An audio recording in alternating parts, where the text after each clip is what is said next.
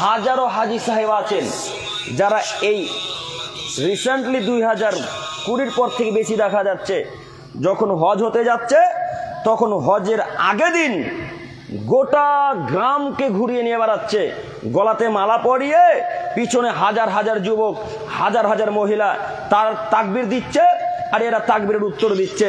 এরা বলছে নারায়ে তাকবীর, এরা বলছে আল্লাহু আকবার, আর হাজি সাহেব আগে, হাজি সাহেবের স্ত্রীও আগে, ওরা চলাচল করে। এদিকে ছেলেরা তাকবীর দেয়, এদিকে সবাই বলে ইনি হাজি হতে যাচ্ছেন, ইনি মক্কা যাচ্ছেন হজ করতে। আচ্ছা বলেন তো, এটা কি লোক দেখানো আমল নয়? একটু কথা বলেন না গো, এটা কি লোক দেখানো আমল নয়? আপনার ইবাদত করতে হতো একমাত্র আল্লাহকে খুশি করার জন্য, ইবাদত করতে হতো একমাত্র আল্লাহকে খুশি করার জন্য। এখানে হাজারো চাচা সাহেবেরা আছেন, চাচাদেরকে জিজ্ঞাসা করেন, যখন আগের মানুষ হজ করতে যেত পাশে বাড়ির মানুষটা হয়তো বা জানতে পারতো না যে অমুক মানুষ হজ করতে গেছে, তাই না? আর এখন যদি কেউ হজে যায়, গোটা গ্রামের মানুষ জানতে পারে যে উনি হজে গেছেন।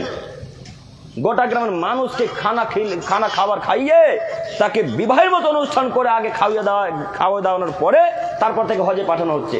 এই নীতি হারাম, এই নীতি হারাম। হজে যাওয়ার পূর্বে গরু কেটে মানুষকে দেখানোর জন্য খানা খাওয়ানো হারাম।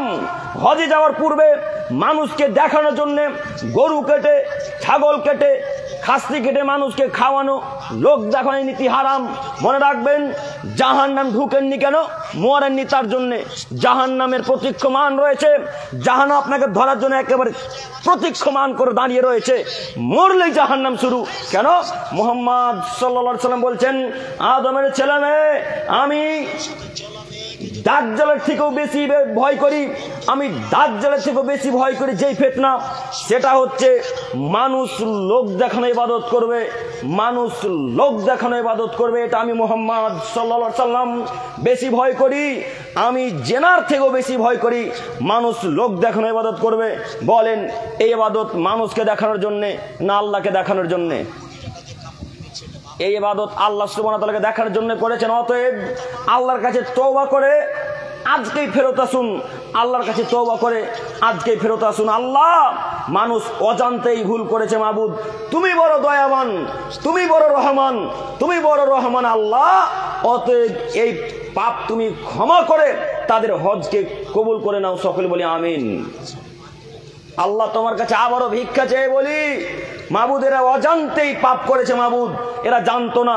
রীতিনীতি যেহেতু এইভাবে চলে এসেছে তাই তারা সমাজের গতিতে হয়তো এই পাপ করে বসেছে। আল্লাহ, অতএব তুমি তাদেরকে এই বুঝ শক্তি দান করে আল্লাহ, এর পরে থেকে যত মানুষ হজে যাবে এই নীতি যেন না পালন করে আল্লাহ তুমি তাদেরকে তৌফিক দান করে বুঝার।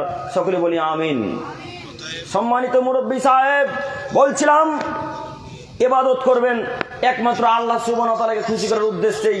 জান্নাত হবেই হবে ইনশাআল্লাহ, জান্নাত হবেই। আচ্ছা বলেন তো, আমাদের মেন টার্গেট কি? জান্নাত যাব, তাছাড়া অন্য কোনো উদ্দেশ্য আছে? কারোর অন্য কোনো উদ্দেশ্য থাকা উচিত নয়। যদি